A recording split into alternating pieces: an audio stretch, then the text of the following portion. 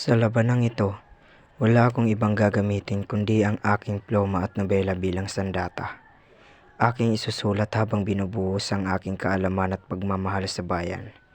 Dumanas ang aking mga kababayan ng pang-aapi, kamatayan, paghihirap at pagdurusa.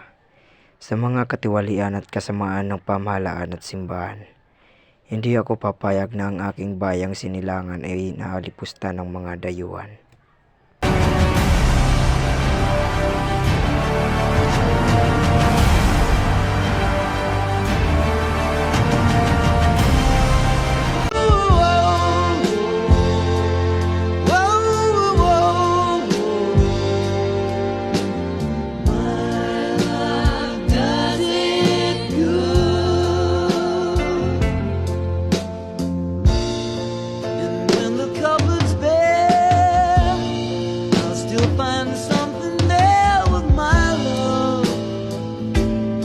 It's understood. It's everywhere with my love. My love. Jose, tinatanggap mo ba si Josephine Bracken na maging kabiyak ng iyong puso? Opo, Padre. Ikaw, Josephine Bracken, tinatanggap mo ba si Jose na maging kabiyak ng iyong puso? Opo, Padre. Simula sa araw na ito, mag-asawa na kayo sa harap ng Diyos at sa harap ng mga tao at ngayon ay binabasbasan ko kayo bilang mag-asawa.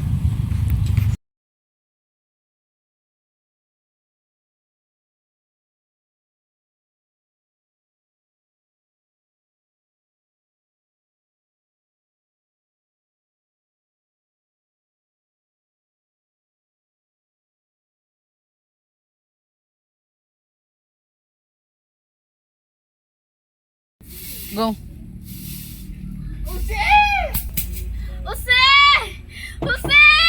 Anong nangyari? Ay, mga anak na yata ako. Tara dito. Aray.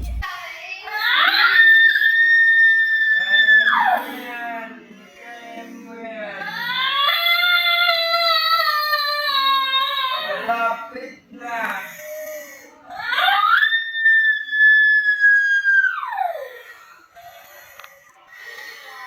Malapit na, malapit na.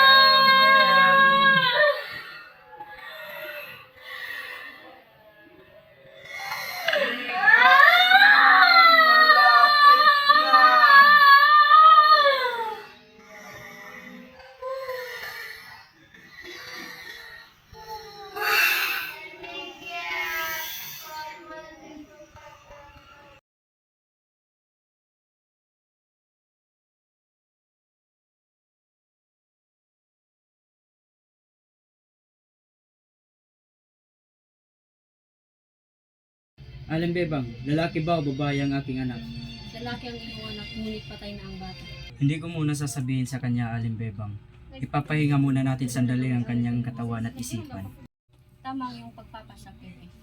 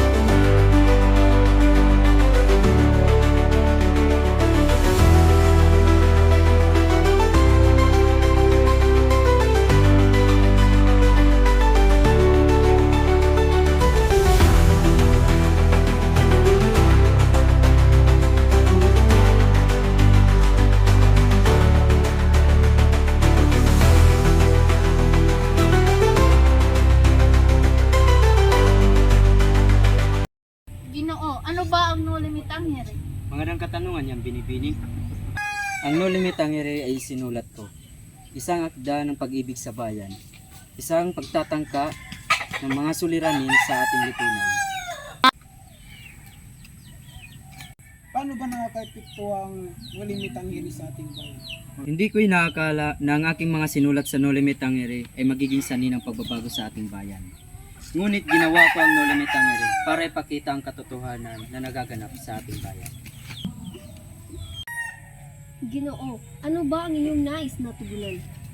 Ang mga tinutugunan ko dito sa ating bayan ay ang korupsyon at kawalan ng hustisya, ang mga pangunahing suliranin na tinutugunan ko sa No Limit Tangere. Nais kong ipakita sa mga Pilipino na mayroon din silang karapatang maging malaya at may hustisya. Tama. Ang No Limit Tangere ay isang paghahamon sa mga Pilipino na magising at magkaisa laban sa pang-aapi.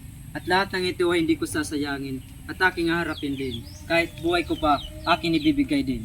Viva Pilipinas! Viva! Viva Pilipinas! Viva! Viva Pilipinas!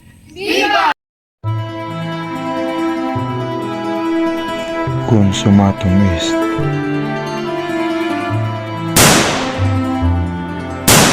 Kung ang mga Pilipino ay magkakaisa, walang hindi makakaya. At kung tayo'y magiging tapat, ang hustisya sa atin ay nararapat. Kaya't imulat ang mata para sa kalayaan ng isa't isa.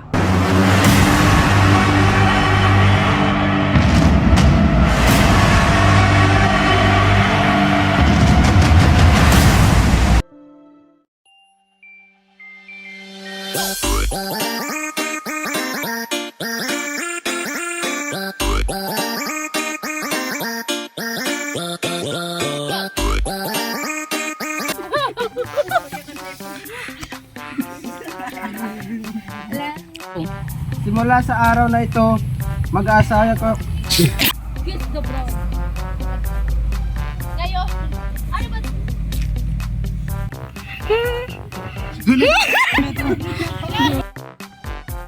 Aling bebang, lala ba o lala? Ano? Aray ko!